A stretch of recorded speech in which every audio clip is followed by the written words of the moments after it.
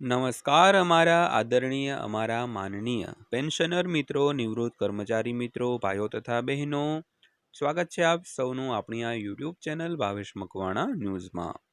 તો પેન્શનર મિત્રો, આજના વિડીયોની અંદર આપણે વાત કરવાના છીએ નિવૃત્ત પેન્શનરો માટે આજ તારીખ 30/6/2026ની સાંજે 7:55 આવી છે સૌથી મોટી અપડેટ. તો પેન્શનર મિત્રો, શું છે આ સૌથી મોટી અપડેટ જે આજ સાંજે આવેલી છે? તો તે જાણવા માટે આજનો વિડીયો ખાસ કરીને અંત સુધી જોઈ લેજો. અને હજી સુધી આપણી આ ચેનલ જો તમે સબસ્ક્રાઈબ ન કરી હોય તો ડેઈલી આવી જ અપડેટો મેળવવા માટે અને આવી જ માહિતીઓ મેળવવા માટે આપણી આ યુટ્યુબ ચેનલ અત્યારે જ સબસ્ક્રાઈબ કરી લેજો દોસ્તો. તો શરૂ કરીએ આજનો આ વિડીયો. તો સૌથી પહેલાં વાત કરીએ કેન્દ્ર સરકારના કર્મચારીઓ અને પેન્શનરો આગામી મહિનાઓમાં બે મુખ્ય વિકાસની રાહ જોઈ રહ્યા છે. તો 7મા પગાર પંચ હેઠળ આગામી મોંઘવારી ભથ્થા એટલે કે ડીએમાં સુધારો અને 8મા પગાર પંચ પર વધુ પ્રગતિ. તો જ્યારે નવા પગાર પંચ સમિતિ દેશભરના હિસ્સેદારો સાથે પરામર્શ ચાલુ રાખી રહી છે, ત્યારે જુલાઈ 2026માં મોંઘવારી ભથ્થામાં વધારો તાત્કાલિક ધ્યાન કેન્દ્રિત કરે છે, જેમાં ફુગાવાના વલણો બીજા સંભવિત વધારા તરફ ઇશારો કરે છે દોસ્તો. તો સૌથી પહેલાં અપડેટની વાત કરીએ તો 1 જુલાઈ 2026માં ડીએમાં વધારો કેમ ધ્યાન ખેંચી રહ્યો છે? તો કેન્દ્ર સરકારના કર્મચારીઓ અને પેન્શનરોને વધતા જતા જીવન ખર્ચનો સામનો કરવામાં મદદ કરવા માટે મોંઘવારી ભથ્થામાં દર વર્ષે 2 વાર સુધારો કરવામાં આવે છે. તો સામાન્ય રીતે જાન્યુઆરી અને જુલાઈમાં તો આ સુધારો ઔદ્યોગિક કામદારો માટે ગ્રાહક ભાવ સૂચકાંક એટલે કે CPI-IWના 12 મહિનાનો સરેરાશનો ઉપયોગ કરીને ગણવામાં આવે છે. તો 8મા પગાર પંચની ભલામણોને હજુ સુધી અંતિમ સ્વરૂપ આપવામાં આવ્યું નથી અને તેનો અમલ કરવામાં આવ્યો નથી. તેથી કર્મચારીઓને હાલના 7મા પગાર પંચ હેઠળ ડીએ સુધારા મળતા રહેશે. તો જુલાઈના સુધારા નજીક આવતા અપેક્ષાઓ વધી રહી છે અને બીજો વધારો જાહેર થઈ શકે છે. ત્યારબાદ બીજી અપડેટની વાત કરીએ તો તાજેતરના ફુગાવાના આંકડાઓ શું દર્શાવે છે? તો તાજેતરના ફુગાવાના આંકડાએ ડીએ સુધારાની અપેક્ષાઓમાં વધારો કર્યો છે. જો કે અંતિમ વધારો સત્તાવાર CPI-IW ગણતરીઓ અને કેબિનેટની મંજૂરી પર આધારિત રહેશે. તો આંકડા અને કાર્યક્રમ અમલીકરણ મંત્રાલય દ્વારા જારી કરાયેલા તાજેતરના આંકડાઓ અનુસાર એપ્રિલ 2026ની તુલનામાં મે 2026માં છૂટક ફુગાવો વધુ વધ્યો છે, જેનું મુખ્ય કારણ ખાદ્ય પદાર્થોના ભાવ હતા. તો વધતી જતી ફુગાવા સામાન્ય રીતે ડીએમાં વધારો થવાને સમર્થન આપે છે, કારણ કે ભથ્થું વધતા જીવન ખર્ચની અસરને સરભર કરવા માટે રચાયેલ છે. તો ત્યારબાદ વાત કરીએ તો વર્તમાન ડીએ દર શું છે અને તેમાં કેટલો વધારો થઈ શકે છે?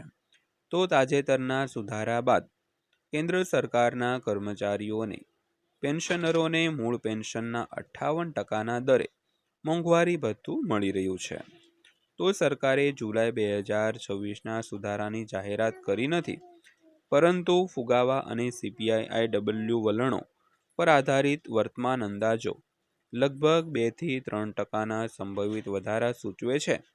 જો કે અંતિમ આંકડો સરકાર દ્વારા સત્તાવાર ગણતરી પૂર્ણ કર્યા પછી અને દરખાસ્તને મંજૂરી આપ્યા પછી જ જાણી શકાશે.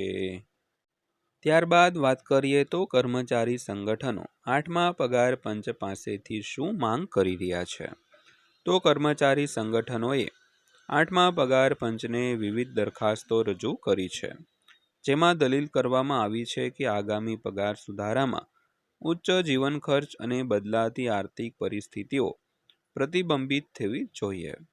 તો મુખ્ય માંગણીઓમાં લઘુત્તમ મૂળભૂત પગારમાં વધારો, ફિટમેન્ટ ફેક્ટરમાં સુધારો, વધુ સારા પેન્શન લાભો, ભથ્થામાં સુધારો, લાંબા સમયથી ચાલતી પગારની વિસંગતતાઓને દૂર કરવી અને વ્યાપક કર્મચારી મૈત્રીપૂર્ણ સુધારાઓનો સમાવેશ થાય છે.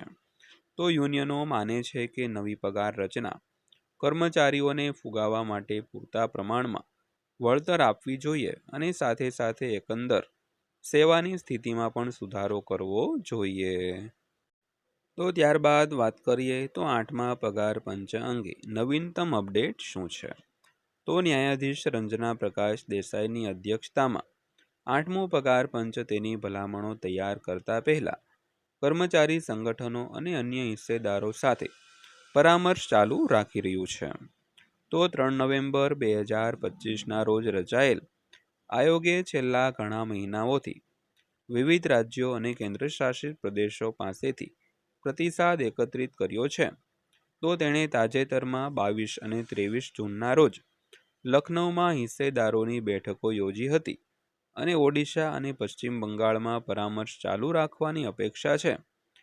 તો અત્યાર સુધી સરકારે ફિટમેન્ટ ફેક્ટર, સુધારેલા પગાર મેટ્રિક્સ, પેન્શન ફેરફારો અથવા તો અમલીકરણ સમયરેખા અંગે કોઈ નિર્ણય જાહેર કર્યો નથી દોસ્તો. તો ત્યારબાદ વાત કરીએ તો કર્મચારીઓએ આગળ શું અપેક્ષા રાખવી જોઈએ. તો હાલમાં જુલાઈ 2026ના ડીએમાં સુધારો કેન્દ્ર સરકારના કર્મચારીઓ અને પેન્શનરો માટે સૌથી તાત્કાલિક વિકાસ છે. તો કોઈ પણ વધારો 8મા પગાર પંચના કાર્યકાળ દરમિયાન ફુગાવા સામે ટૂંકા ગાળાની રાહત આપશે. તો કમિશનની ભલામણો આખરે પગાર, પેન્શન અને ભથ્થાના આગામી વ્યાપક સુધારા નક્કી કરશે. તો ત્યાં સુધી 7મા પગાર પંચ હેઠળ ડીએમાં ફેરફાર કર્મચારીઓના વળતરને સમાયોજિત કરવા માટે પ્રાથમિક પદ્ધતિ તરીકે ચાલુ રહેશે દોસ્તો.